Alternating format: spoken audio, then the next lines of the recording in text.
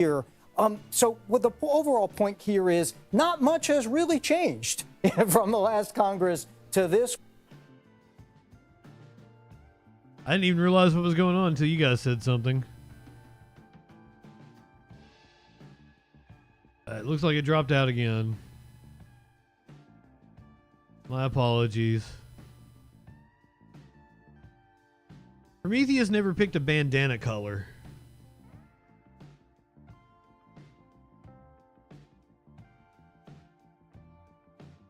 Looks like we're good. You everybody back with me?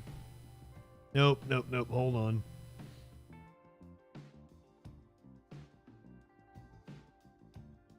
It's Lester. Lester is totally doing this to me. Lester Holt is sabotaging the internet. Anytime anything bad happens on the show, we're going to blame it on Lester Holt. Lester Holt's fault. Welcome back, everyone. Sorry about that. Should have been nicer to Lester, but I had told him to shut up all those times. The derp state.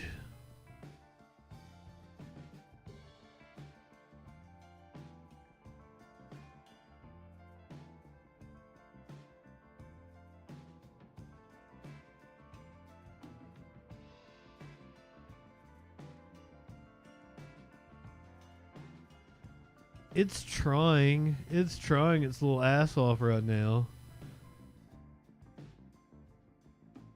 It doesn't want me to leave you guys.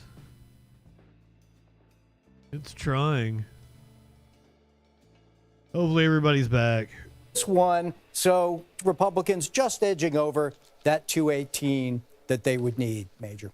And Anthony, would you say those California results reflected in part shut the fuck up, Major Garrett. Popular vote pulled out of California this time around? You know, California, a lot of this has to do with how they draw their districts. California has geography that you see here. A lot of Democrats concentrated across in the coast, more Republicans oh my God. in the Inland Empire and the Central Valley, but also because via a commission, you don't get as many heavily gerrymandered, heavily partisan districts. That's part of the story as well, Major. Anywhere on that map, California. Yeah, I totally missed the fiber optic internet. Here and there's a couple outstanding. We're going to watch Iowa 1 from here. Not necessarily going to go Democratic, but it's still outstanding. The Ohio 9th is one. Oh, I hit Michigan instead of Ohio there, Major. This guy is no Steve Kornacki. Not that, after enough time tapping this, you would think I would never miss tap, but there you go. Let's see if Marcy Captor hangs. Walter, my friend, you want to call in? You want to have a conversation with me? 917-830-4359.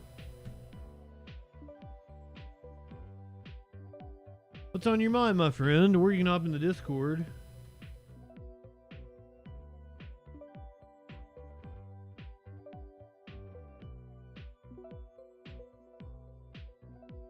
Would love to have a talk with you.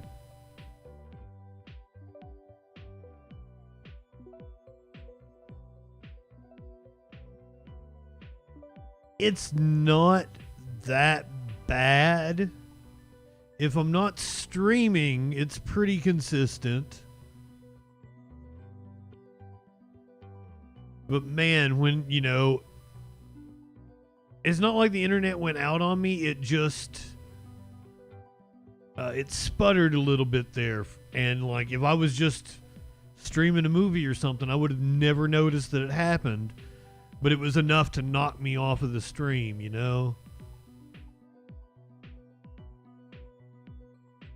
Walter doesn't want to call in and gloat, apparently.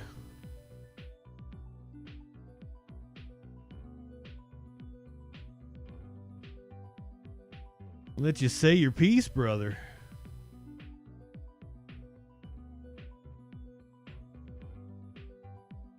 All the doom and gloom of the libs over the past week really overshadowed a very historic election that took place. Congress going to see their first trans congressperson. The 119th Congress will have several members whose elections made history. One of them is Representative-elect Sarah McBride, a state senator who won Delaware's at-large seat in the House and becomes the first openly transgender member of the United States Congress. She joins me now. Welcome. Thanks for being here. Hey, Sarah. First and foremost, I'm sorry, Congresswoman McBride. Note, you defeated your Republican Congresswoman-elect McBride. But this also happened in the backdrop of a campaign that specifically included a lot of anti-transgender TV ads by the Trump campaign.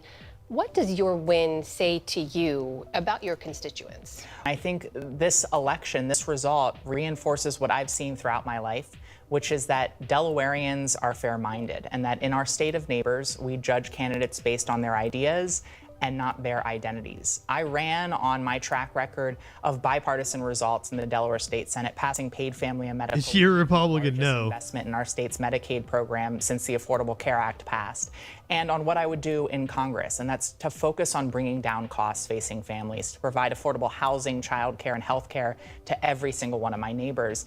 And voters responded to that, even with all of the anti-trans ads.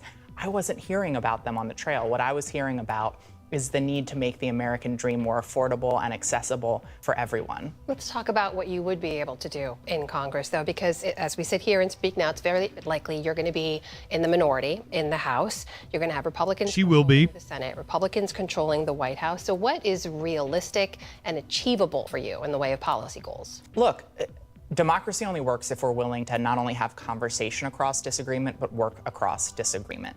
I'm proud that during my time in the Delaware General Assembly, nearly every bill that I introduced and passed with bipartisan support.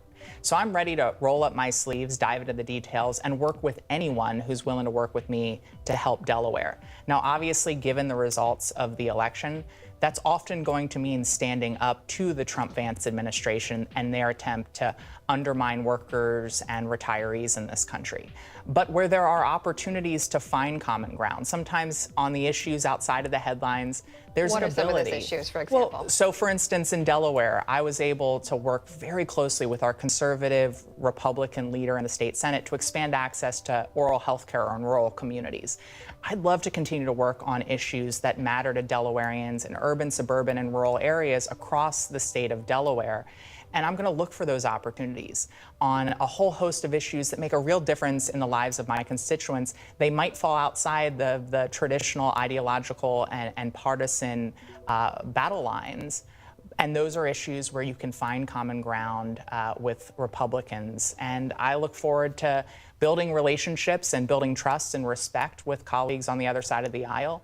But we can't. But identity politics, Flash. Our capacity to find durable bipartisan solutions for this country. At the same time, I have to ask you, Donald Trump and J.D. Vance made part of their campaign message and a strong part of their closing message a lot of anti-trans rhetoric, right? They spent millions on ads around these messages. A lot of your congressional colleagues-to-be echoed those messages, share those views. How do you work with them? How does that work? Well, I think the ones that are particularly consumed with fomenting and manufacturing the culture wars, those folks are professional provocateurs parading as public officials. They are not willing to work with any Democrat, and they can barely work with their own Republican colleagues.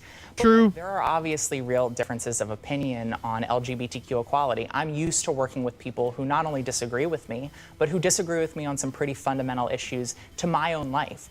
But that's how we make government work better. It's by recognizing that I might disagree with you on every other issue but the one right before me, and I have to seize that opportunity to make that progress. In the wake of such a decisive victory by former President Trump, now President-elect Trump, there's a lot of soul-searching, finger-pointing within your party and the Democratic Party.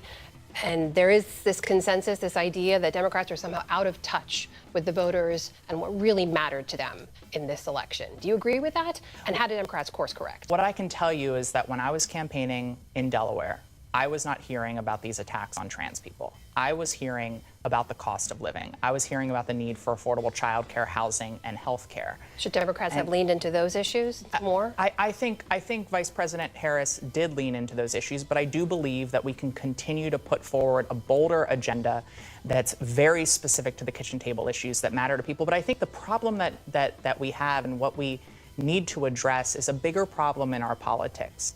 all of us have to do a better job of seeing the very real pain that exists across this country, across the political divide, and living the truth that we don't have to believe that people are right for what they're facing to be wrong, and we do not have to believe that they are right for us to try to right that wrong. And I think we can do a better job of demonstrating that radical compassion and that radical grace in our politics.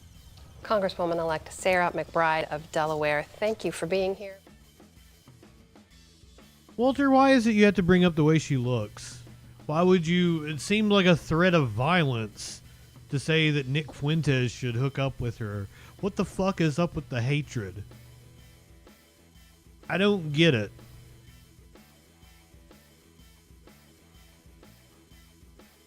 Fuzzy Simba, did I tell you good evening? Why would anybody say that?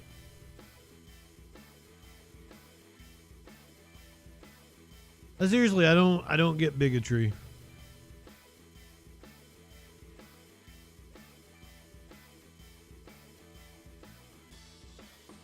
I don't think Walter would know that, though. That Nick is deep in the closet.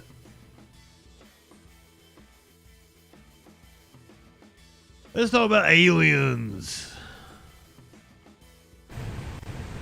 Welcome back. Congress returning to the Capitol and revisiting the topic of UFOs. Today's House subcommittee hearing on UFOs, what the government now refers to as unidentified anomalous phenomena, or UAPs, was the first in more than a year. What's the joke?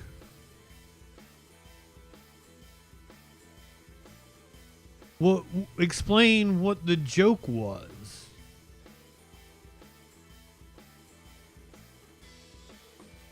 My friend, jokes are funny.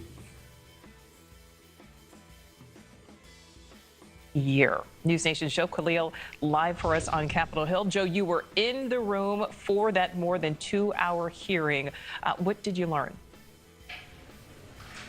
Well, I can tell you this. If you are someone who is not familiar with this phenomenon, with this topic, what you heard in there was bombshell. There were multiple people, witnesses, who under oath. But what does Nick Fuentes have to do with her being elected to Congress? It doesn't make any. They have zero to do with each other.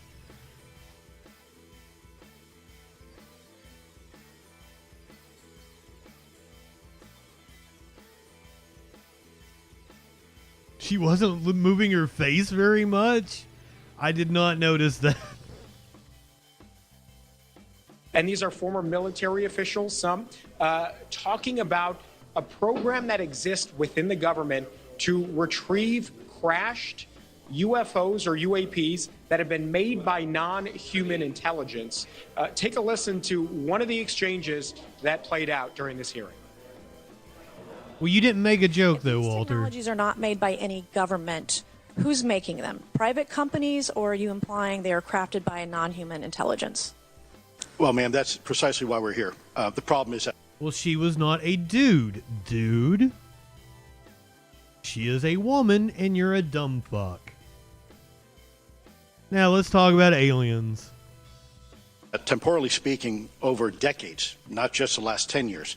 Before, to put this in perspective, are these private companies you're implying, or is this non-human intelligence? It may be both. Okay. When it comes to Blue Force Technologies, I would not be able to discuss. Okay. Are you read into secret UAP crash retrieval programs? Kind of looks like an alien. We would have to have a conversation in a closed session, ma'am. I signed documentation 3 years ago that restricts my ability to discuss specifically crash retrievals.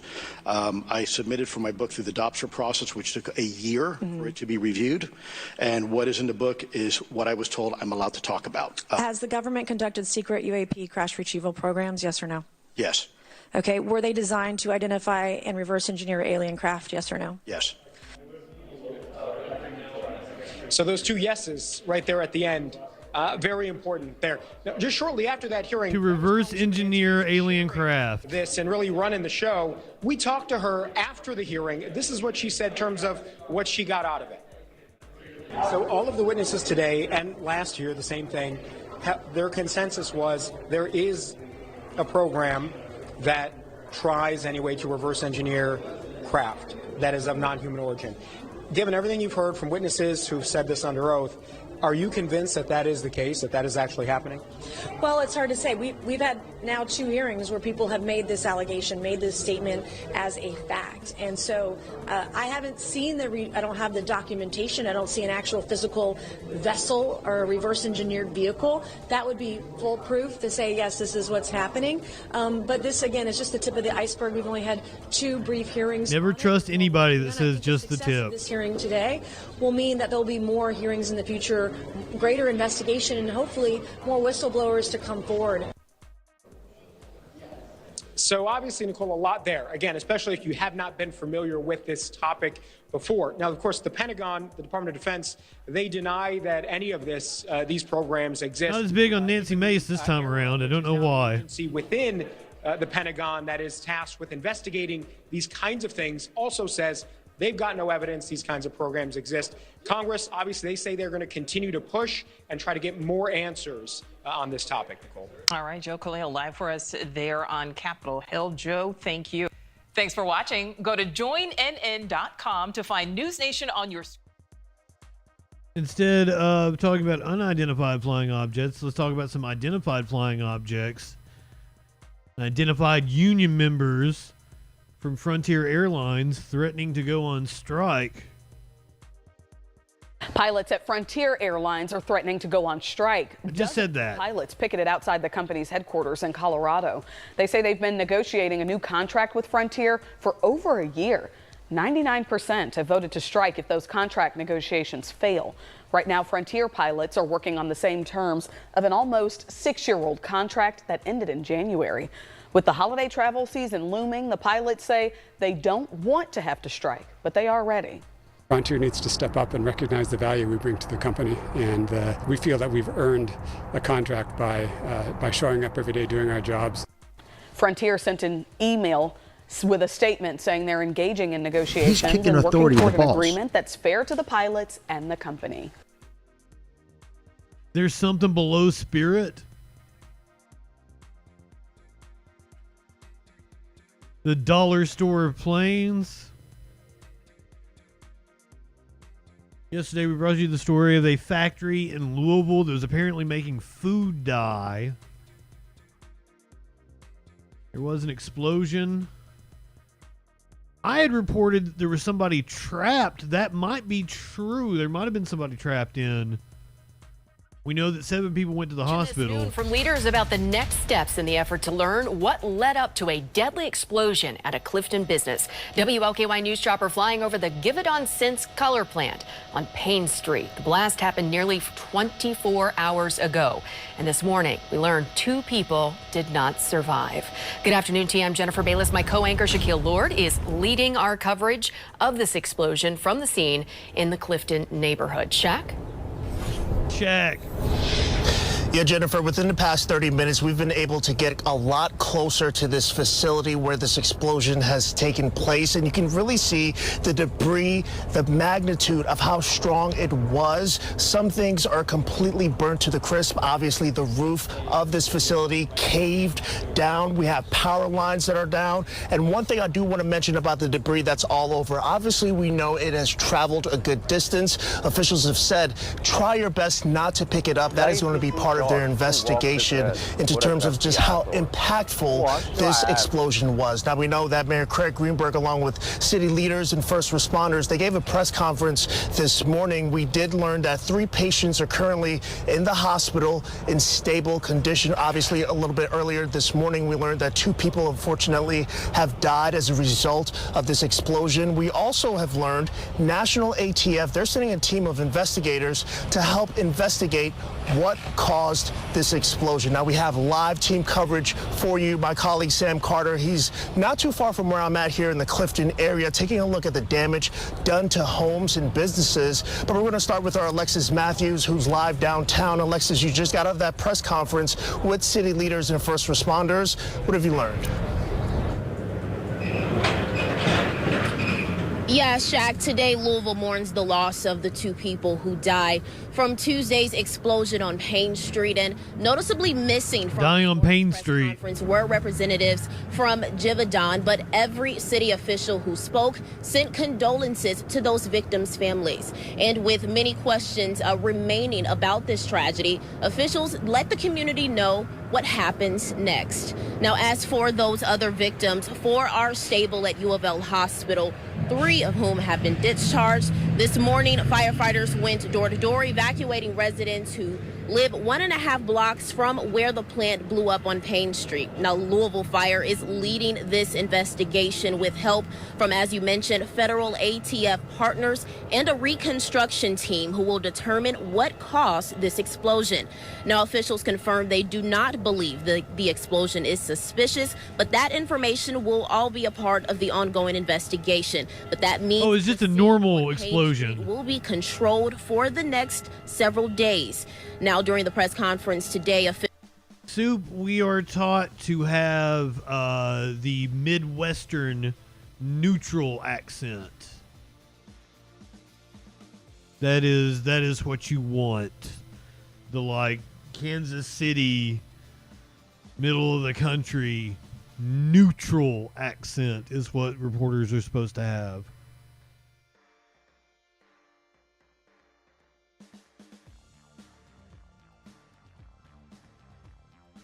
We're going to go to Greenville, South Carolina, where several bodies were found at a motel. Well, we are continuing to follow breaking news out of Greenville County. Deputies found multiple dead bodies inside of a motel room. Now, this happened at the Budget Inn on Bruce Road. We went ahead and mapped that out for you here. Officials say they got a 911 call regarding multiple people yelling for help just before 10 o'clock this morning. And Fox Carolina's Carrie Beal is live on the scene right now. She's joining us. Carrie, what's the latest?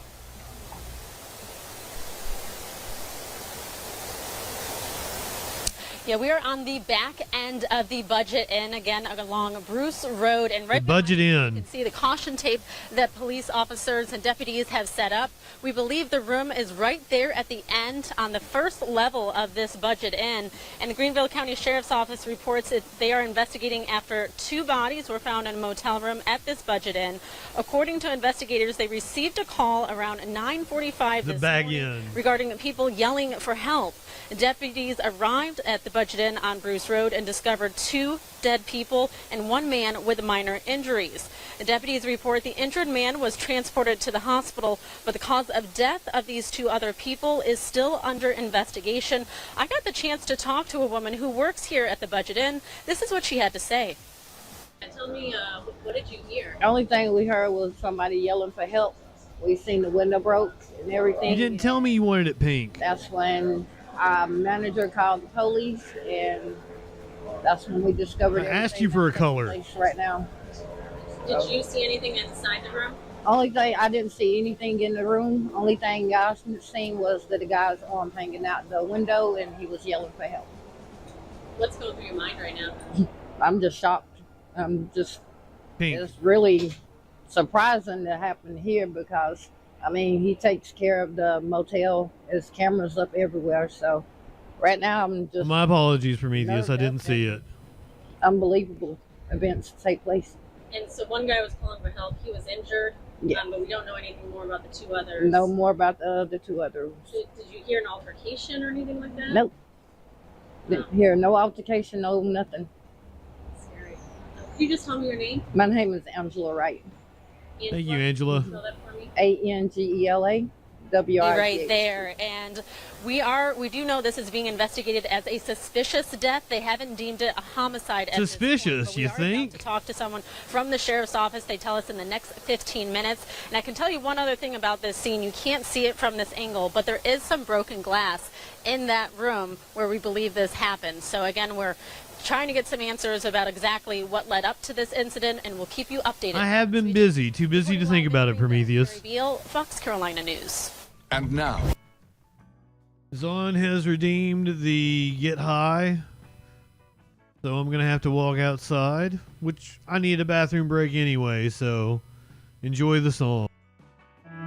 Go ahead, light one. one up, tip one back. It's all right to have a little fun before you hit the sack. I'm JustinFREAKIN. All we're establishing is this guy's wicked sick aesthetic. Not high enough for this shit. I guess I gotta thank Matt Walsh for introducing me to JustinFREAKIN. Hey there, y'all. We're about to get stupid, locked into what that news beat doing. Fu Manchu and a slick bandana, colder than ice, smoother than Santana. Audio, video, chat and calls. Right-wing nut jobs haunt the halls.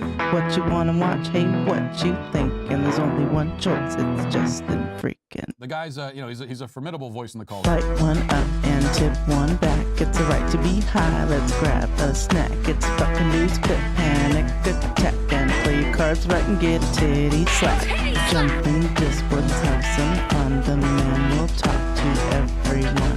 Get high and try to debate. When shit pops off, chat thinks it's great. What do you think you're doing? Join the troll patrol. Wherever discourse is brewing, he gives it that southern drawl. So let's go ahead and bring in Justin. Hey Justin, how's it going, brother? First of all, I want to say you're poser South. I'm in Alabama. I'm the real South. Okay, all right. So why don't you tell us what it takes to be a man? Well, I don't know. I'm in Alabama and I'll fuck a man in a dress. Why won't you fuck a man in a dress? Are you that insecure that you won't fuck a man in a dress? That's fantastic. So you're okay with that, right? Yeah. Why wouldn't I? Right-wingers are morons. Light one hit and tip one back. One more clip before we hit the set. Set an alert when that shit goes live. Social fucking support and hit subscribe. Light one up and take a hit. He does no harm, but it takes no shit. He's the last one standing when the ship is sinking. Let's take another rip for JustinFREAKIN. Light one up, tip one back.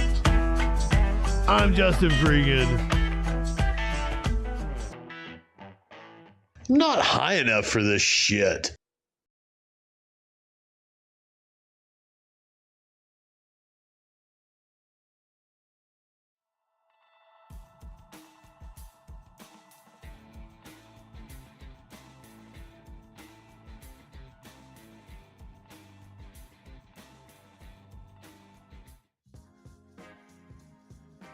We have to make a new ad for the for my t-shirt shop after I flip over to Fourth Wall. Let me get that pink bandana rocking.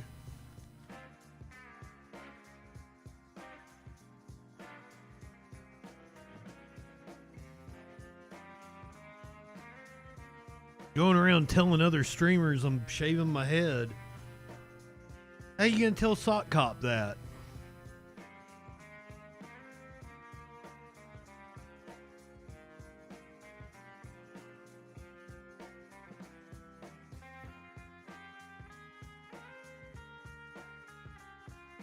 What everybody think of Sock Cop? Did you enjoy your time?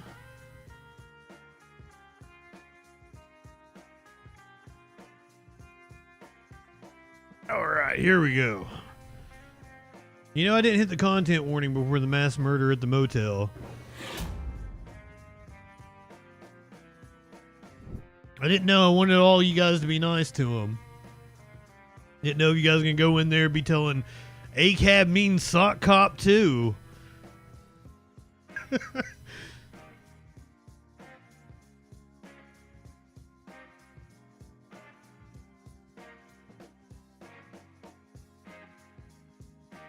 All right, this one is for all the ladies and the homosexuals in the crowd. Hell yeah, Greek food soup.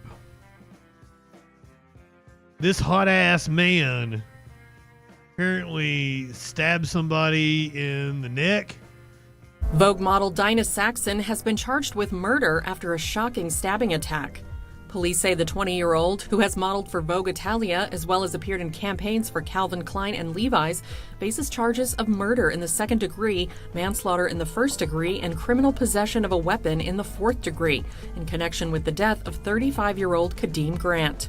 A New York Police Department spokesperson tells E! News in a statement that authorities responded to a 911 call November 10th about a male stabbed inside an apartment building in the Bronx, where they found the victim with a stab wound to the chest. Oh, it was the Emergency chest. Medical workers pronounced Grant, a resident of the address, dead on the scene. Saxon, who does not have a rep or lawyer listed, was arrested November 11th. The spokesperson adds a knife was recovered at the scene and the investigation remains ongoing. Following the incident, the model's mother spoke out in defense fucking hot. of her son. She told the New York Daily News in comments published November 12th, Dynas didn't just decide to murder somebody, and adds that he does not know what happened since he cannot remember the incident. According to his family, Grant leaves behind a young daughter, and his loved ones are remembering him for his caring nature. His father, Christopher, tells the New York Daily News he was just a loving kid who was there for his family and his daughter. One pretty killer indeed. Yes, Ducky. Good evening. He adds he cared for people, looking after his grandma because most of us are not there in New York. Kadeem was a kid, you need him, and he was there for you. Them eyes. Goddamn. He does look a little sinister there. It's that shot specific. The other ones, he looks like he's just kind-hearted and sweet and shit. But this one, he looks a little sinister. Maybe it was self-defense or something. Maybe they were having kinky sex on meth and he killed his lover. Got himself off with the detached penis. He also says he can't remember. That was what Taylor Shabusiness said. I remember what she said to the cops now. They asked her what happened, and she said, well, that's a really good question.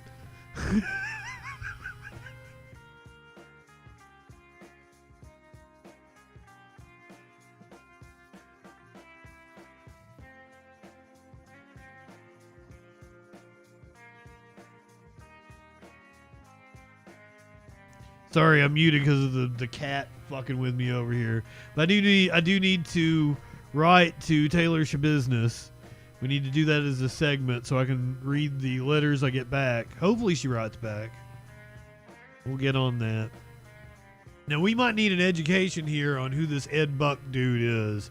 I vaguely remember the story. He was apparently a high-profile Democratic donor. And he was victimizing people. Let's see if the story gives us the lowdown on that part of this story. But one of his victims was found dead on the street. Who was swept up in one of the most disturbing and controversial drug, sex, and abuse scandals in Southern California the past decade. His name was Dane Brown. He was victimized by Ed Buck in West Hollywood, who preyed on vulnerable... I don't remember the details of this story, but I remember us covering it because I remember saying, I'm Ed Buck and I like to fuck. I remember quoting Kill Bill on this. Black men, and many believe that Brown was also victimized by the legal system, which did not do enough to protect him. KCAL News reporter Lori Perez is live in West Hollywood with the details. Lori. Well, Pat, this is another sad development in this awful story. Tonight, Pussy reacting wagon. to his death, Brown's friend told us he should be remembered as a hero. I'm extremely sad. I mean, for me, I look at this like the continued effects of Ed Buck on our community. 5 years after Dane Brown ran from Ed Buck's West Hollywood apartment, his friend Jasmine Canick, they're seen together here in Happier Times, says he never could outrun the impact of what happened there. Buck, a rich, connected LA Politico, was convicted in 2021 of running a drug den and providing the meth that killed 2 men, Jamel Moore in 2017, Timothy Dean in 2019. Prosecutors say Buck would lure young gay black men to his home and inject them with increasing doses of drugs until they became comatose for his sexual pleasure. Brown was one of them until he escaped with his life and went to... Why can't you just invite people over to do drugs and have sex like a normal person? Why do you have to dose them against their will and rape them? That's fucking insane. Aren't the drugs and the sex enough as it is? I'm sure they were very willing about it. Police. After Buck's conviction, he said this on the courthouse steps. Walking out of that house, I didn't know what was going to happen. It's a power thing, yeah. All this was going to happen, but I'm so happy and I'm so relieved that these families can get the justice that they deserve. I don't know that Ed Buck would have been arrested had Dane not been in the picture. It's really clear that, yes, Dane's a hero. Dane definitely saved lives. Activists say Buck's behavior was ignored even after the two men overdosed because they were poor and seen as drug-addicted prostitutes. For years, Buck ran from rumors and eventually charges, evading investigative reporter David Goldstein as the heat turned up. Is it a coincidence that two men have died in your apartment? Kennick, a journalist and political strategist, says Buck's deadly fetish and a system that she believes protected him instead of his victims are to blame for Brown's death. The 43-year-old. Oh, no, that's not Tom Mesereau representing him, is it? Is Buck's deadly fetish. I think that is Tom Mesereau. I mean, shit. If you have the money, you want the best lawyer in the business, it's Tom Mesereau. And a system that she believes protected him instead of his victims. I just like to think that Mesereau stays away from people who are obviously guilty. Victims are to blame for Brown's death. The 43-year-old was found dead on a sidewalk in South LA last week. He had a pending civil suit against Buck, who is serving 30 years in federal prison. Kennick says it will continue. I don't want to see Ed Buck feel like, oh, well, he's gone and I don't have to pay or I don't have to do. No, you absolutely should still pay for the harm and trauma that you caused that man. Absolutely. Now, the coroner's report says Brown died last Wednesday. That is the same day that Jamel Moore's family settled their lawsuit against Ed Buck. Is there something fishy going on? I'm Lori Perez, back to you. All right, thank you, Lori.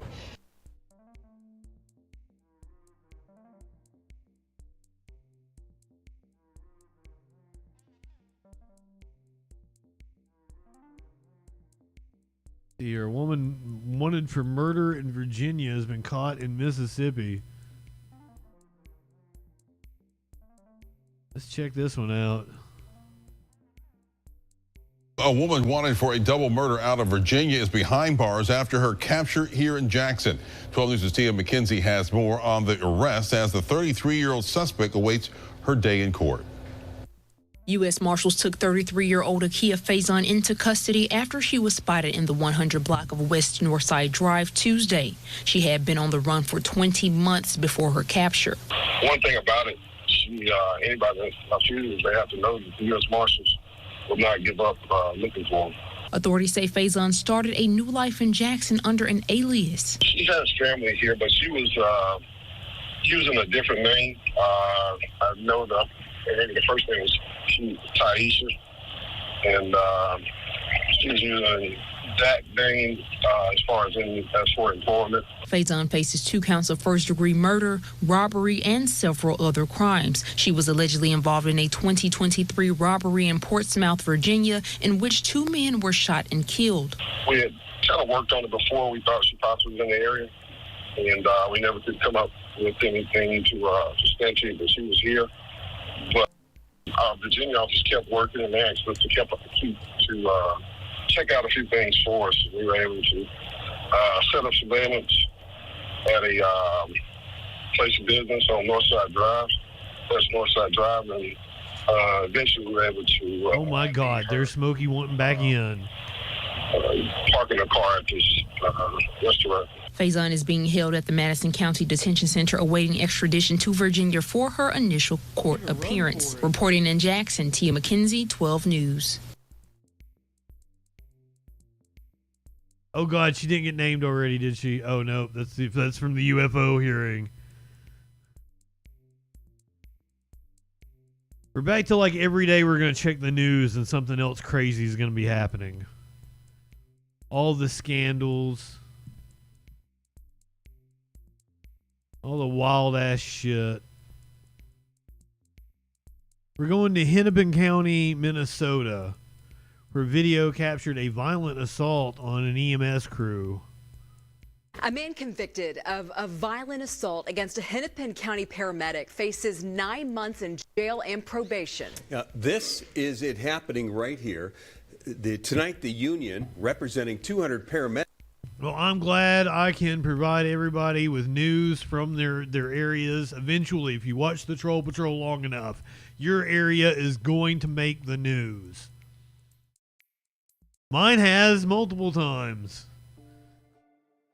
Medics and EMTs is calling for stiffer penalties for attacks on EMS professionals like that one. Jay Coles joins us with the story you are seeing first on 5. Yeah, Kevin, assaults on paramedics and EMTs have risen dramatically. The man convicted in this case received the max. Prometheus, you haven't been here long enough. We have totally done stories that there was like a fucking stabbing in Toronto not that long ago, wasn't there? The last couple of years. There was definitely the trucker convoy in Toronto that we covered. Yeah, who was gonna attack the EMS? Why would those are the people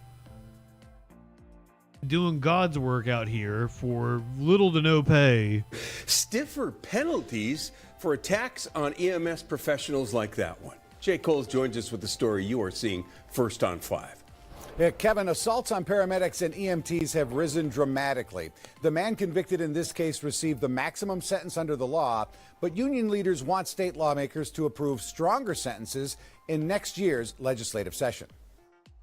I rolled out with the EMS chief at Hennepin Healthcare, and within minutes, 2 overdose calls. EMS chief Martin Shearer says Smokey is wild tonight. Violent calls. Then they often wake up very violent, and so we have to be ready for that. This video, obtained by 5 Eyewitness News, shows a violent assault on an ambulance team in July. Now watch carefully as a man walks up unprovoked and throws a big piece of concrete right at the face of a paramedic who luckily deflects it. The other paramedic uses the stretcher to keep the attacker at bay. Extremely fortunate that she reacted quickly, and the scary thing is if anything else would have gone wrong, right now she's looking at a career-changing, a life-changing injury. That was a huge piece of concrete that he had. Tyree Dontrell House was convicted of that assault a week ago. He'll spend 9 months in jail with lengthy probation. Why would you do that, dude? The County Association of Paramedics and EMTs tells me they're pleased the judge imposed the maximum sentence, but he says they'll lobby state lawmakers to change things next session. These assaults, like the one that we're referencing today, that could have resulted in great bodily harm, where somebody could be badly hurt or injured, those need a second look by the legislature and potentially some more stringent sentencing. The latest numbers from Hennepin County show through the first 9 months of this year, there were 241 threats and assaults against EMS ambulance crews. There were only 121 in all of 2023. EMS Chief Martin Shearer says the trend is troubling. Clearly, stiff penalties for people that try to do harm to our team. We're just there to help, and then there's people that are trying to... Most of the time, most EMS crews are pretty good people. And Shearer says the attacks and threats are now happening every day to his crews in Hennepin County. He says it is now common for his teams to find weapons, sometimes multiple weapons, on the people they are trying to help in an emergency. Reporting live in the newsroom, Jay Coles, 5 Eyewitness News.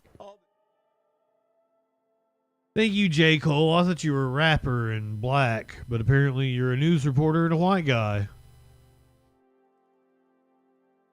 Let's go to Colorado, where a police chief in Morrison, police chief of Morrison, has been placed on leave. An investigation has been launched. Morrison's police chief is on leave and under investigation. What prompted that move, however, remains a mystery. Thanks for joining us. I'm Kim Christensen. And I'm Tom Green. This comes on the heels of our report back in late October that a Morrison officer... Damn, Tom Green, you really grew up. Not at all anything what I remember you looking like. And you're a news anchor now, apparently. Figured you look more like me, Tom Green. Officer was facing child abuse and other charges. Kevin Vaughn from 9 News Investigates now joining us from the newsroom.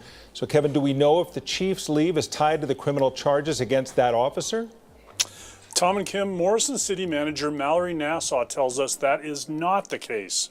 But at this point, she won't shed light on... I'm just going to say, we've done a couple stories where EMS have been dickwads and really fucked some people's lives up.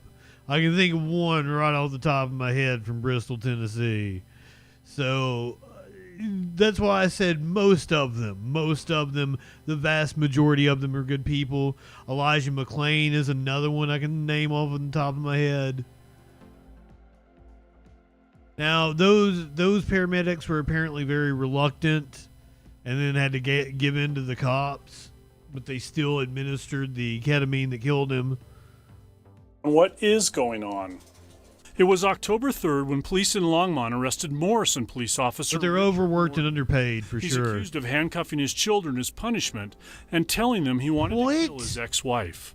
Norton faces child abuse and weapons charges. After that, Morrison's police chief, Bill Vanelli, put Norton on leave. Now, Morrison officials have confirmed that Vanelli himself was put on leave last week and is the subject of an ongoing investigation. The Morrison Police Department has 14 officers. Vanelli has been the chief there for 2 years or so. In the meantime, Officer Norton is due in court in Boulder County on November 21st. Live in the newsroom, Kevin Vaughn, 9 News. All right, thank you, Kevin. Fucking Kevin.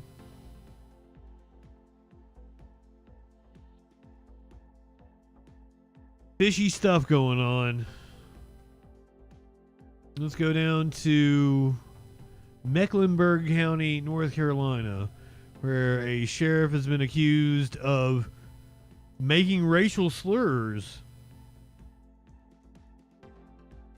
I can see through Smokey's legs as he's standing right in front of a monitor.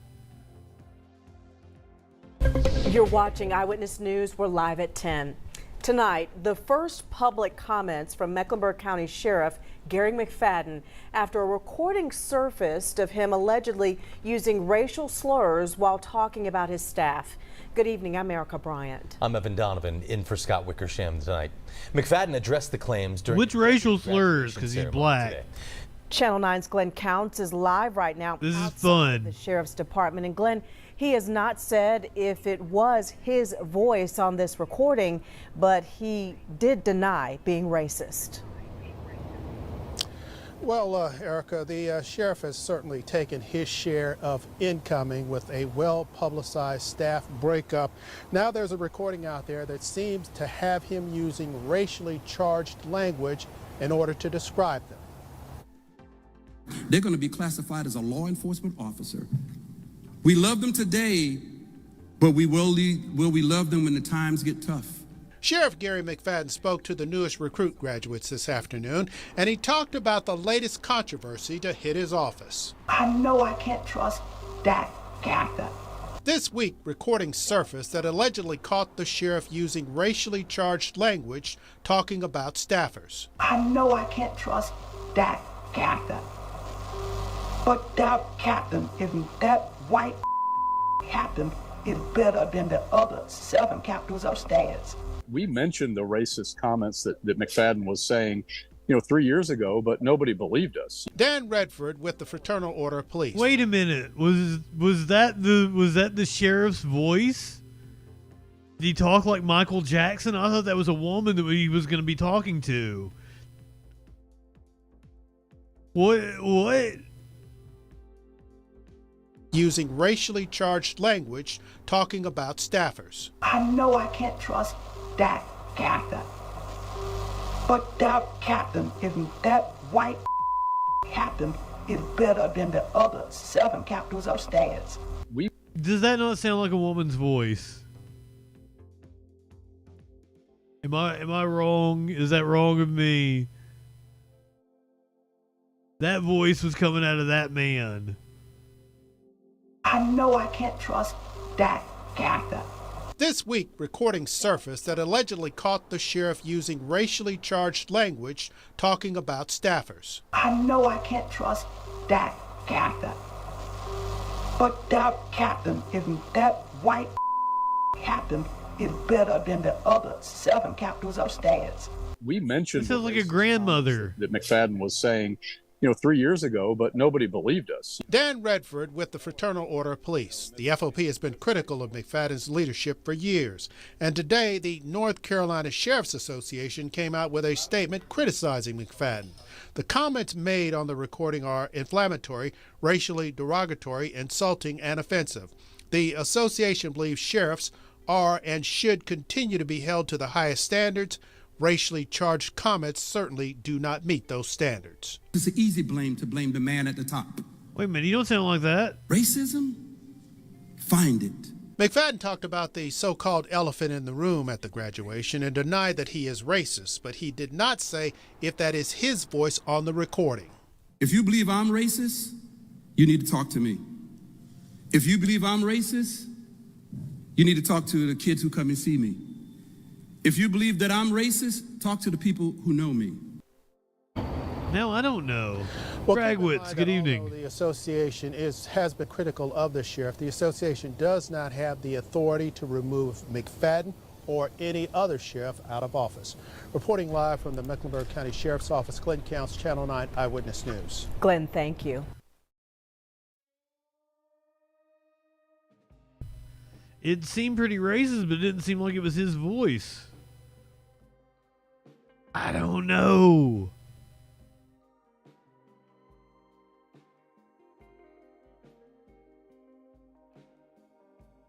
A bounty hunter has apparently been convicted of kidnapping after he apprehended a woman. Maybe he got the wrong one?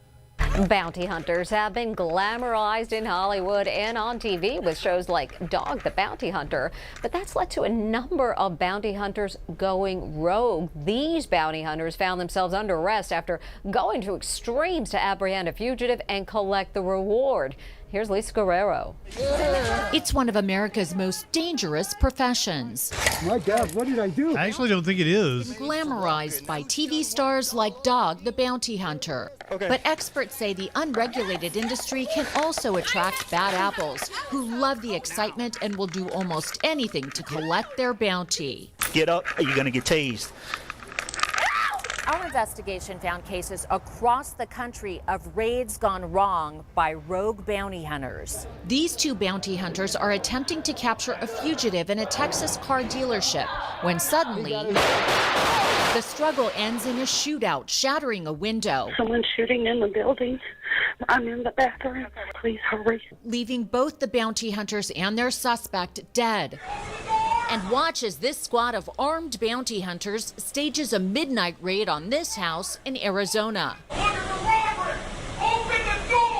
I think I remember this. It's the wrong house. That's the chief of police. Rob Dick is a professional bounty hunter featured on Nat Geo. Rob Dick. High stakes game. I mean, there's people out there that don't want to go back. Dick says that there is no federal oversight of bounty hunters. States have Dick says created their own statewide laws that have kind of placed rules that, we would have to follow state to state. Nobody on earth should die for this. Dr. William Spann says his son David was killed when bounty hunters Hector Herrera and his mom Lisa Vargas broke down his door with a sledgehammer at 2 a.m.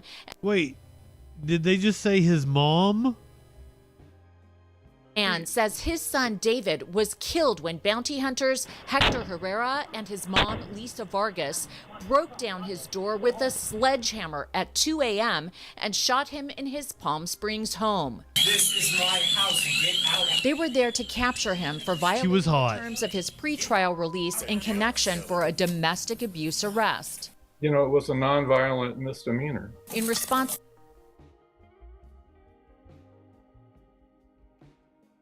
bounty hunters Hector Herrera. I mean, damn.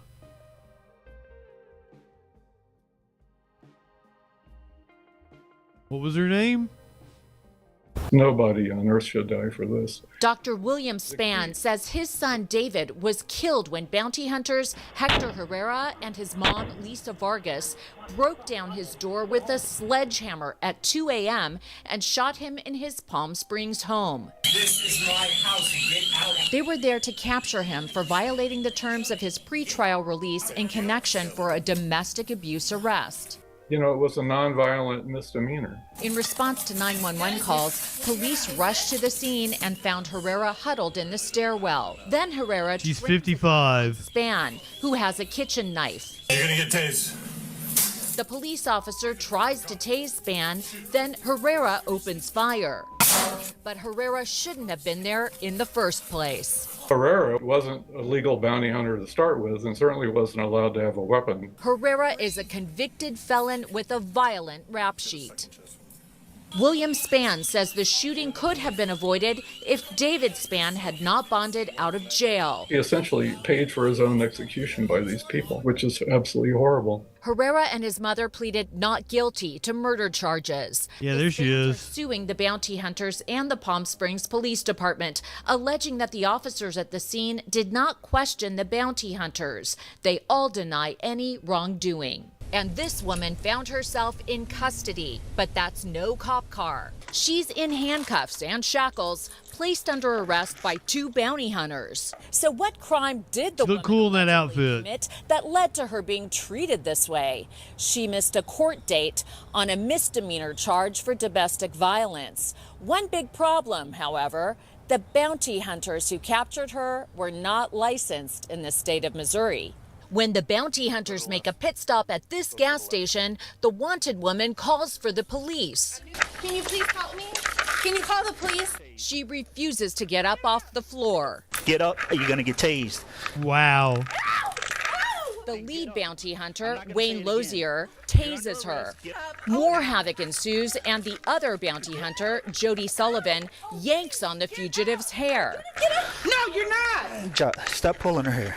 Horrified employees at the gas station look on and implore the bounty hunters to stop. Please, call 911. Please do. Yeah, we're going to. But in the end, after they brought the suspect to jail, they got more than her $700 bounty. They got slapped with kidnapping charges for dragging her across state lines without a proper license. That's right, they're licensed bounty hunters in the state of Louisiana, but not in Missouri, where she was apprehended. You'll sit there, watch your head. I sat down with bounty hunter Jody Sullivan and showed her the video. She's begging the employees to call the police. She thinks she's in danger. Are you telling me she didn't know she had a warrant out of Louisiana? I don't know what she knows. Yeah, well, she played the victim very well. Wow. She looks like a victim. Yeah, she looks like it. This is a very bad video. At that time, I felt like we were totally in the right. She was resisting, trying to cause chaos. I just doing my job. Do you feel like you crossed the line at any point? No, I'm not a bad guy. Jody fuck that woman. Pleaded guilty to kidnapping charges and was given 5 years probation. Her former That's partner all. was found guilty of kidnapping and is serving 15 years in prison. He's appealing. Much better. How'd she get off so easy?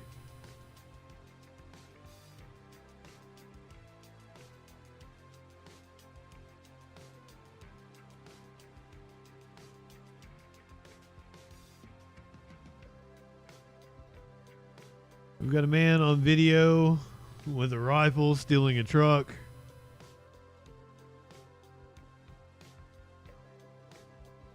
In Arizona. Right now, Arizona law enforcement say they have taken down a major crime ring. They come across from the border, they steal the vehicles and take them back. Homeowner This dude a bounty hunter? right after his dually truck is targeted by AK-47 wielding thieves. 12 News first showed you this video. Ooh, I feel like we've watched this before, haven't we? I don't feel too bad for him. Look at that fucking truck. Homeowner is proven right after his dually truck is targeted by AK-47 wielding thieves. 12 News first. You know that dude's MAGA and shit. Now here we run across a wild phenomenon. So people like that probably feel that crime is up because they are indeed victims of crime more often because he's driving around in that fucking gaudy ass truck in a fucking nice ass house. Looking like a fucking mark. Showed you this video last month after Michael Florence's security system captured the thieves right there breaking in within minutes, leaving him waking up the next morning to an empty driveway. Yeah, and the scary thing is that guy with the gun right there is aiming right at the front door of that residence. So if somebody comes out, who knows what would have happened. So 12 News journalist Sean Rice learning these thieves are now behind bars, the ones accused of these crimes. Probably two tanks. Yeah, Troy and Tram, Arizona Department of Public Safety detectives say the men responsible for that truck theft in Waddell are a part of what they call an illegal operation targeting high-priced trucks all throughout the valley. They say that they've arrested 4 men who would steal them, stage them with fake license plates, and then drive them across our southern border into Mexico to be sold for cash. Now, Arizona DPS and the Maricopa County Sheriff's Office spent much of several months investigating this type of criminal activity. They say that theft in Waddell was carried out by 3 of those men and was organized by the group's ringleader named Aguilar. Court documents say Andrew Reyes pointed an AK-47 rifle at Michael Florence's front door in the middle of the night, while Luis Rodriguez uses an electronic device to break into the Chevy truck, back it out of the driveway, and off they went. Inside an also stolen white Camaro was Douglas Zelaya, who detectives say has been involved in several other truck thefts all across the valley. Now, today I spoke with a former ATF agent. He tells Look at all those houses with the big ass trucks in front of them. Weaponry used in a car theft right here on American soil. And he warns that getting these guys off the streets, while it is definitely a great thing, it may not stop this type of. He's a motherfucking car boy. One could conclude that the arrests or their discovery is not a deterrent. The jail is not a deterrent. They're there to get this done, even at the cost of somebody else's life or their own. And it makes them obviously of serious concern. Now, Zaper tells me it's highly likely these young men were recruited by the cartels down in Mexico. He says they have many uses for high-priced American-made trucks. Everything's the fault of the cartels. Activity down in the country of Mexico. Now, all 4 of these men are facing a felony charge of what's called fraudulent schemes and artifices. In total, this group is accused of stealing 20 trucks in total, totaling $1.2 million in losses directly. Fraudulent scheme and artifices? I've never heard that charge before. A felony charge of what's called fraudulent schemes and artifices. In total, this group is accused of stealing 20 trucks in total, totaling $1.2 million in losses directly to the citizens of Arizona. Sean Rice, 12 News. In orifices.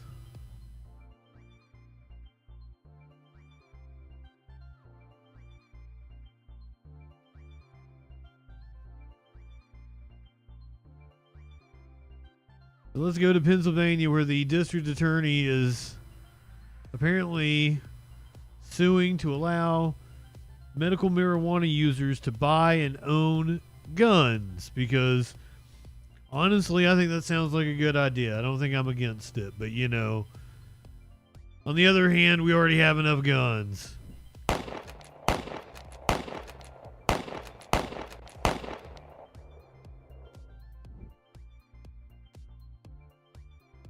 On the one hand, I'm against anything that puts guns in more people's hands, but on the other hand, you shouldn't be discriminated against because you smoke medical marijuana.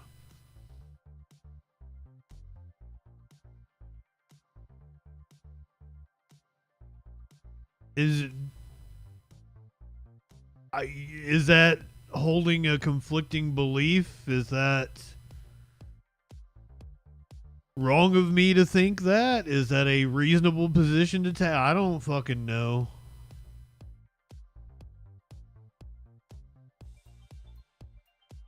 Attorney in Warren County, Pennsylvania, who's a longtime gun owner.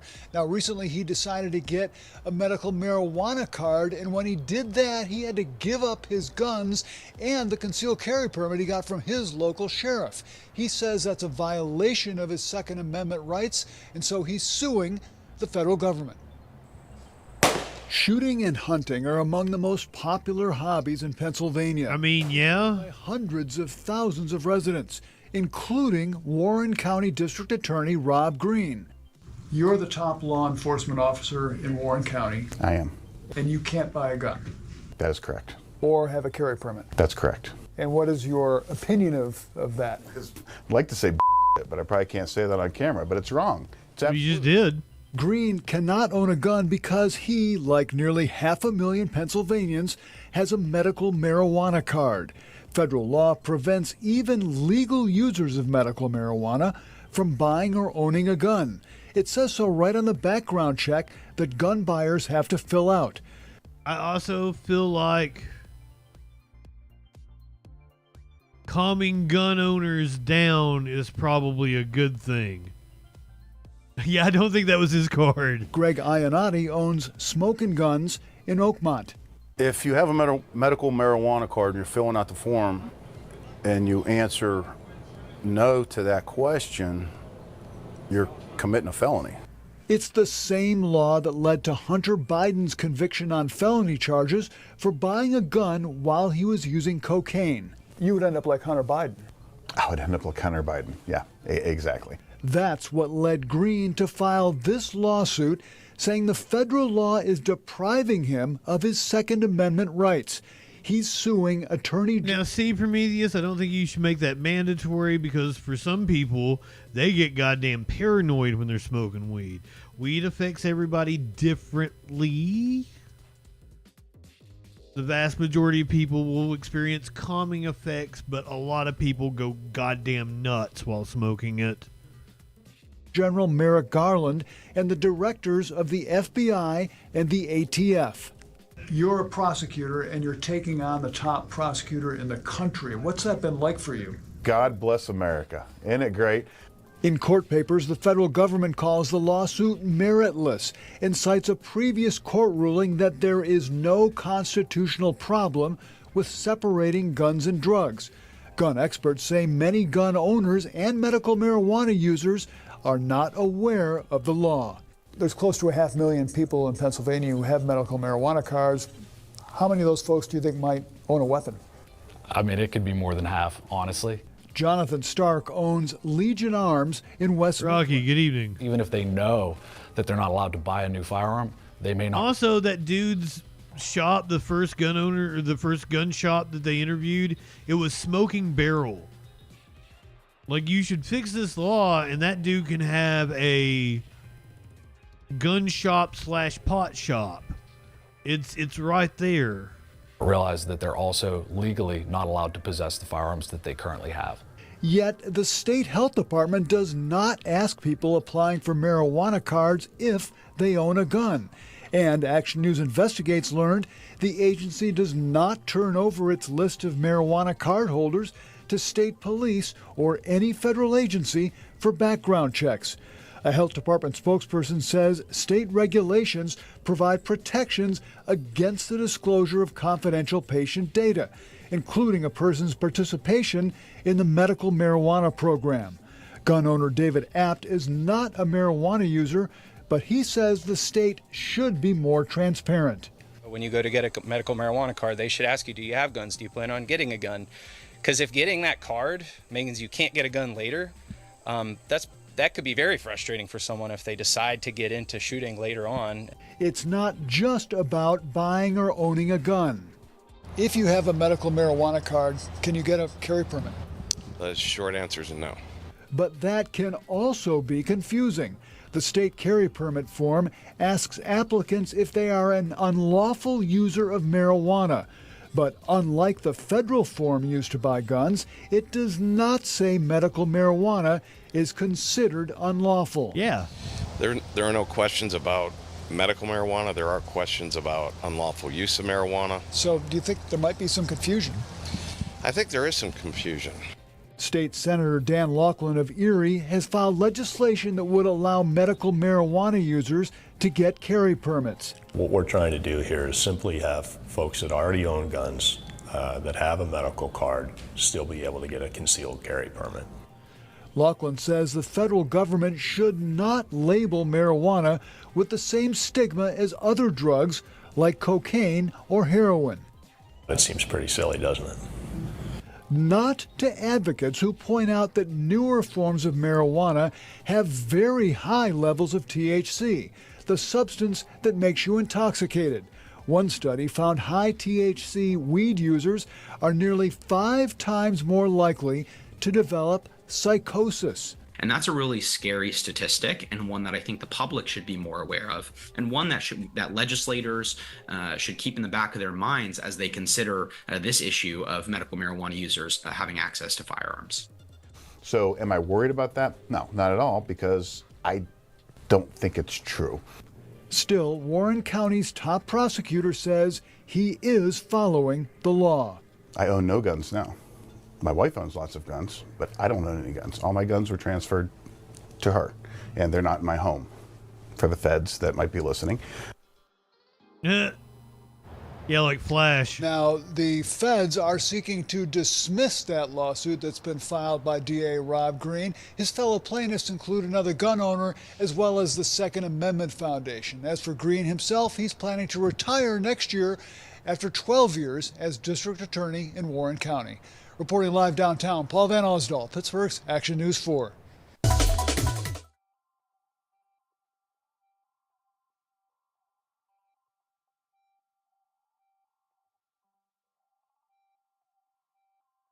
The feds wouldn't have hired you for having a medical marijuana card? Interesting. Avalon, good evening.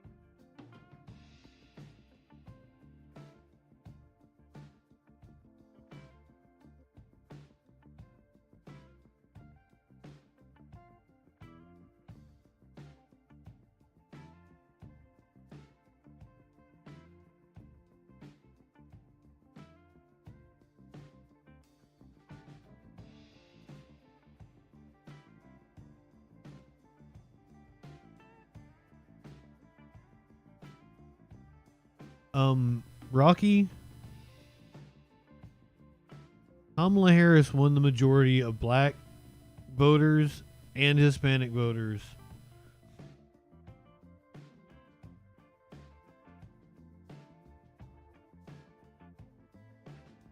Like, by far. Like, what the fuck are you talking about?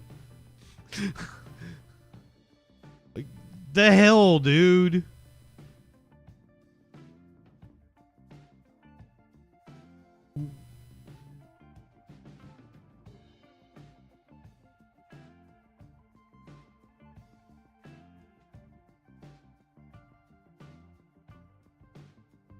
No. Harris won Asian men by 64% and won Asian women by 79%. You're an idiot. Don't be an idiot.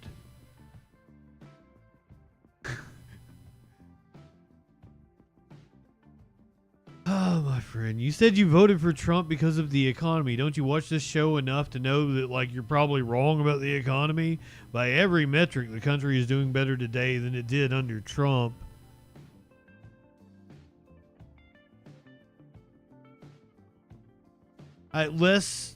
He gained a bigger share, but he didn't gain any black votes. Just less black people voted. But, like, we're still not gonna... It's still too early to really break down the numbers because we don't have them all yet. It's gonna take a month or two before we really understand what the numbers are. So, be careful about making assumptions just yet. But, Rocky, like... What the fuck are you talking about? Like, you're off on everything. Principal at Harvard Elementary School quit after his first day. But right now, 10 more changes in administration announced for an HISD magnet school in the Heights, and it is causing concern among parents. Superintendent Miles has been doubling down on his sentiment that he is acting in what is for the benefit of the children. However, the actions that we have seen appear to be in complete contradiction to that. Well, last month, they say the highly popular principal at Harvard Elementary School was placed on administrative leave without explanation. Thank you for joining us tonight. I'm Keith Garvin. Good evening. I'm Daniela Guzman. Now the newly hired principal who accepted the job just last week has quit. KPRC2's Devin Clark joining us now live from Harvard Elementary School with why parents are so frustrated and what's next, Devin? So many questions. They bullied him out of the job. Danny, Keith, as you mentioned, this is a magnet school, which means students here are pulled from all over the city. But the parents we spoke to are concerned that all of these changes could eventually push students and staff members away. This unrest, all this upheaval and just confusion not only negatively affects the parents of Harvard students, but can you imagine the staff? Juvie Cardenas' son, Rome, is a first grader at Harvard Elementary School. She's among a list of parents shocked to receive an email saying Sharon Pay-Benito is no longer willing to serve as the school principal. We had a cookie cake. I'm sorry, I misgendered her. Assistant principal ready to greet her. Pay-Benito accepted the principal position just last week, but never showed up to work and has now quit. For her to not show up, and never even showed up. Want to be a part of the Harvard She ghosted community it. is really disappointing. But that's not Cardenas' only recent disappointment involving top administrators at the school leaving. In the past 30 days alone, our esteemed and very beloved principal, Dr. Calabrese, has been placed on administrative leave without any explanation as to why. We learned Dr. Calabrese is being recommended for termination, and last Thursday, parents received an email advising that our acting principal and assistant principal, Dr. Perez, as well as our magnet coordinator and our executive director on campus, were just being reassigned, effective immediately. As far as Pay-Benito is concerned, we were unable to reach her for comment, but the most recent email to parents states she decided not to go through with the position because of extensive online bullying. I am on social media. I'm part of several support groups for HISD, and I've not seen any bullying. I've seen newspaper articles. However, the Harvard PTA and the community welcomed her with open arms. School officials have now announced the interim principal for the remainder of the 2024-2025 school year to be a woman by the name of Dr. Stephanie Spencer, who they say has a wealth of experience and joins from the HISD Leadership and Strategic Initiatives Office. Erin Thanish has 2 sons at the school, and while she's hoping for the best, she too is concerned. I've seen my oldest son. Yeah, I don't know why I thought it was a dude as well. I misgendered her. Now at Harvard for 4 years, just completely flourish, and I don't want them to be negatively affected. We understand that district leaders and that interim principal are set to meet with parents tomorrow. And on Thursday, there will be another HISD board meeting. The parents we spoke to say that they plan to be at both meetings. They're going to ask questions and once again raise their concerns. Reporting live in the Heights, Devin Clark, KPRC. Rocky, we're way past the politics shit. Everybody knows Trump is a racist. One, he was sued by the DOJ for not renting to black people or Latinos. So that's how we know that Trump is a racist. Racists support him. You go and find all the white supremacists in the country, they support Trump. Tucker Carlson, white supremacist, supports Trump. The motherfucker is a racist. You voted for him. Get over being called a fucking racist. He ran on a goddamn platform of mass deporting immigrants. Like, it doesn't get any more Nazi than that. So, shut the fuck up. You don't get to, like, not be called a racist because you voted for the racist. Own it like a badge of honor.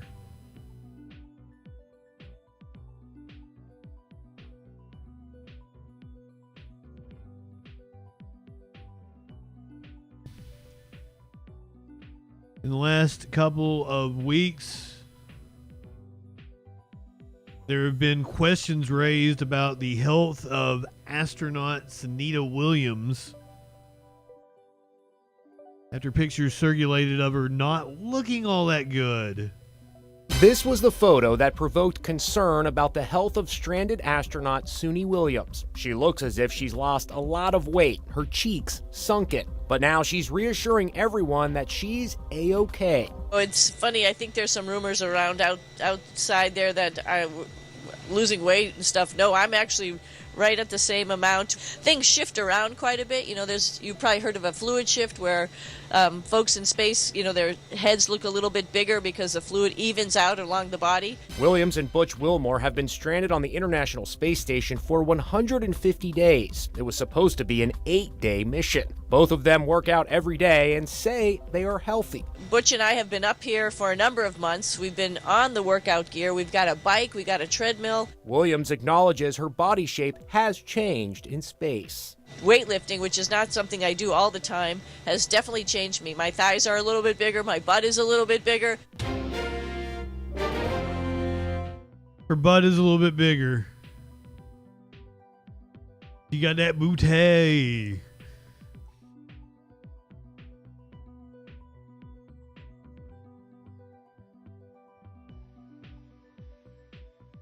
Here's a kangaroo.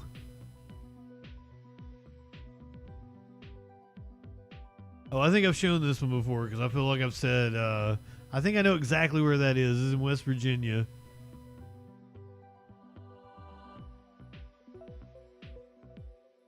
I think my buddy may have actually done a wrestling show at that goddamn fire department.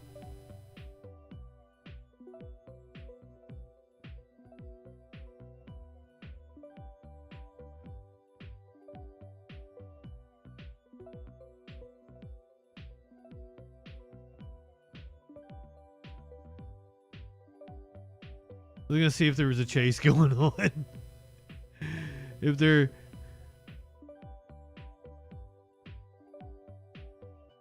why not? Let's do one. Let's see what this be doing. Midwest Crime posted this 6 hours ago. I don't even know where it happened. Let's do it.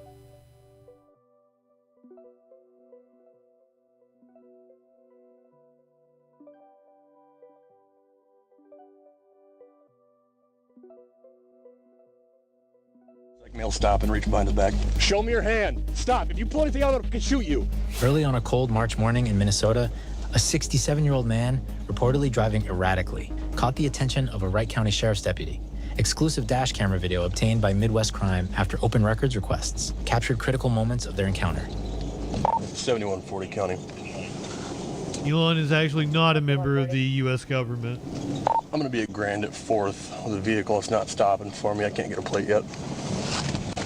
There is no Office of Department of Government Efficiency or whatever. And Trump doesn't actually have the power to create a new 440 and 446 agency. Going to be King David Paul 131. Yeah, I fucked the name up. 447. Sorry. And they're is he going to cooperate? This is not even a chase. Stopping on Ivory 447. Oh, here we go. They're taking off again. Our coverage is made possible because of sponsors like Morgan & Morgan. Over the 1,000 attorneys is the biggest for a reason.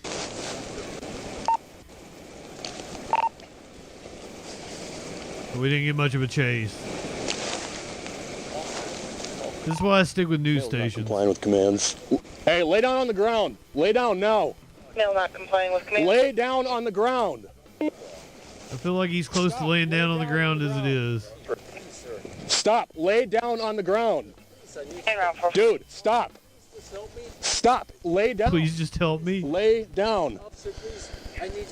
Yep. Lay down on the ground now. Stop. Stop approaching me. I have to. Dude, stop. Stop. Stop. If you pull anything out, I can shoot you. Stop. Now. Stop. Oh, wow. Wait, what? Shots fired, knife pulled, 448. County stage ambulance. Well, this took a turn. 10-4 staging ambulance, 448. County 10-6. Yeah, he's down on the ground. Got him at gunpoint behind the car. On the ground at gunpoint behind the car, 449. Hey, put your hands out. Put your hands out now. Put your hands out now. Try and figure out where they're at. So far. You laying there dying. Put your hands out. 41. 912. Not that I can tell. Highway 25 at the Meadows Mobile Home Park. Yeah, I'm squared. Once we get one more, we'll go lethal cover and we'll move in on him here. Get cuffed and start giving aid. 7140, what's your status? Still got him at gunpoint. He's down on the ground. Once we get another here, we'll move in for aid. Let's make sure we got medic stage and probably start flight. Watch the field. Tony copies. Medics have been started. Put your hands out. 451. He's gonna have at least 2 GSWs in the torso. 2 GSWs to the torso, 451. Hey, hold him at gunpoint here. I'm gonna walk over, see if I can clear the rest of the vehicle. Okay, I'm gonna put mine away. We're gonna move in. Sir! Hey, can you hear me? Sir! Hey! Oh. No, he's gone, yeah. He's gone? You just let him lay there and die. Here, keep him. I'm gonna glove up so we can start doing aid here. 3549. 3540. Both more cars clear, nose to tail. No pulse. Energy flow. 7140, no pulse.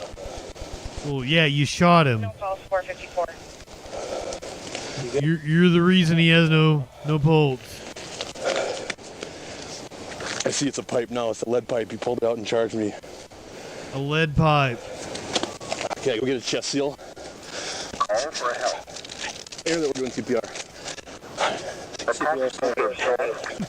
Lying dead to pull a blood and gum. Aorta, and then one right side of the torso. 67-year-old Jeffrey Chapman drove 2 blocks, halted briefly, then started driving again before finally coming to a full stop. When Chapman stopped his SUV for the last time, he exited the vehicle and appeared impaired or in crisis. Deputy Austin Feenstra asked him repeatedly to show both hands, but Chapman would only reveal one. Chapman continued approaching the deputy despite being warned to stop. As Chapman got closer, Deputy Feenstra believed Chapman was armed with a knife. With only a few feet between them and Chapman continuing his advance, Feenstra discharged his weapon. Shots fired, shots fired. He pulled We never seen anything. Life-saving care, but Chapman died at the scene. No, they didn't. BCA crime scene personnel recovered cartridge casings and a 9-inch metal pipe near Chapman's body. The object Feenstra had mistaken for a knife. A folding knife was also discovered in Chapman's vehicle, although it played no role. The pipe was his hog. According to the BCA's report, Chapman's SUV also had an altered license plate where one letter had been changed. While flagged in the investigation, it wasn't directly linked to the events of that morning. At the time of the shooting, Deputy Feenstra had 10 months of law enforcement experience, having joined the Wright County Sheriff's Office in May 2023. Bullshit.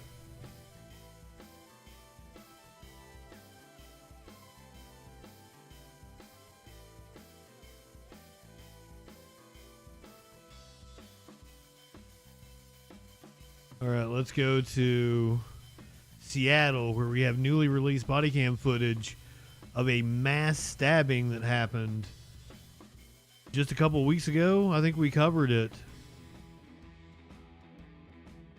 No, it was like 5 days ago. The mass stabbing in Seattle. We have multiple stab victims all up and down. Jackson. He's about to come out on the 10th.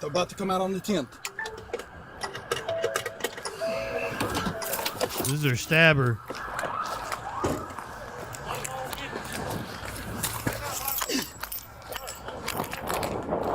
Get on the ground. Stay right there.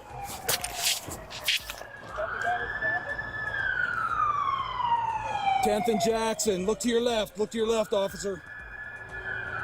10th and Jackson. I have one prone up. You're taking me, sir. He stabbed 6 people. Stay there, my friend. We're gonna wait here. He's stopped. I have lethal. I need less lethal in hands. I I'm scared and friend. I'm not doing anything, sir. I'm not doing anything. Draw dicks, don't draw knives. Get your other hand, Kyle. Get the other hand. I promise you, I do not have anything on me. Yes, sir. Okay, all right. Yes, sir. You're chasing me. They keep We're chasing taking me. one into custody.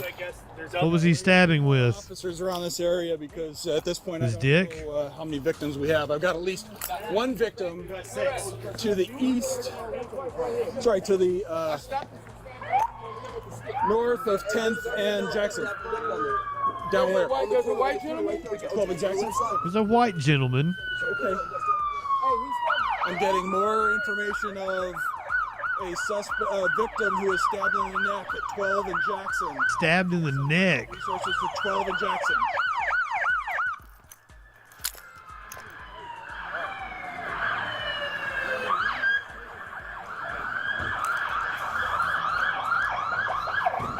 Hey, we need to get 12 and Jackson checked for more victims. Go find victims. We got him. Go find victims. Yep. There's a lot of people. Okay, we got more cops. We got more cops going over there. Are you okay? I stopped me there. Damn. I stopped him from doing that. Appreciate it. Will you stay here? Yeah, I got you. Okay. Fist bump the dude.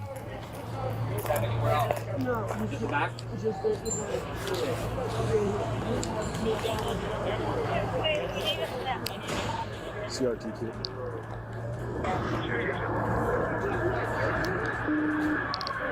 It was a total of 10 people he stabbed. I need an EMT here right now.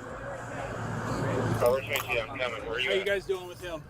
Chest seal on? Currently being held on a $2 million bill. Northwest corner of 12 and Jackson. Copy, 30 up. You good?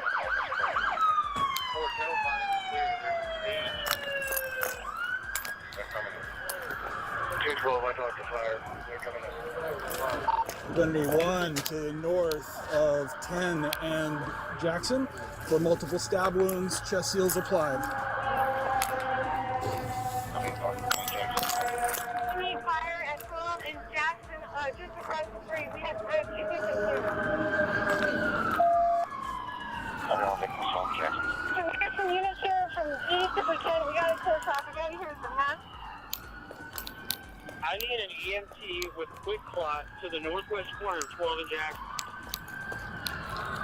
214. You got fire coming in en masse. It's Wednesday night, so you know what that means.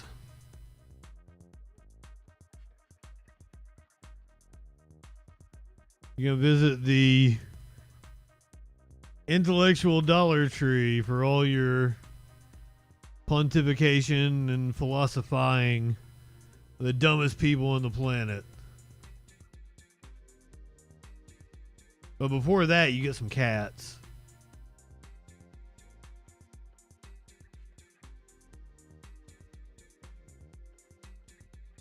What in the fuck? Why would you act like that, kitty?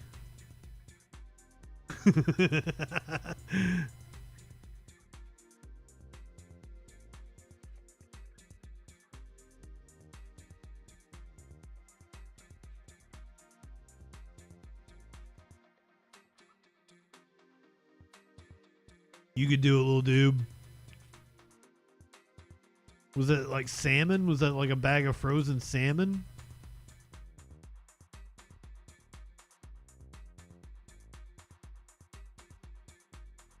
Other cat probably has a bowl right beside him.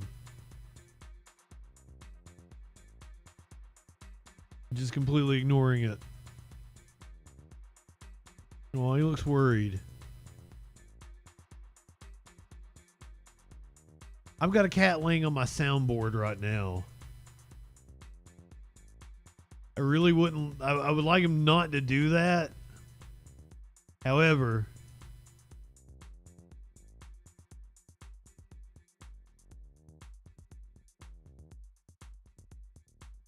you down with OPP?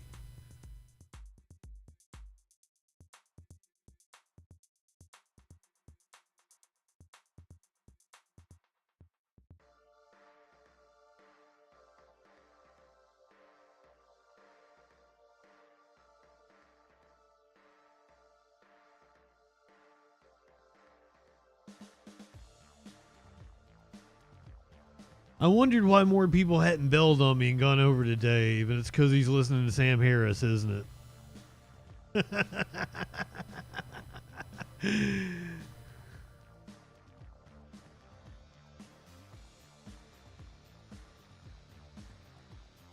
Go ahead, light one up, tip one back. It's all right to have a little fun, but we're at the sack. I'm JustinFREAKIN. We'll see you tomorrow night on the Troll Patrol, live.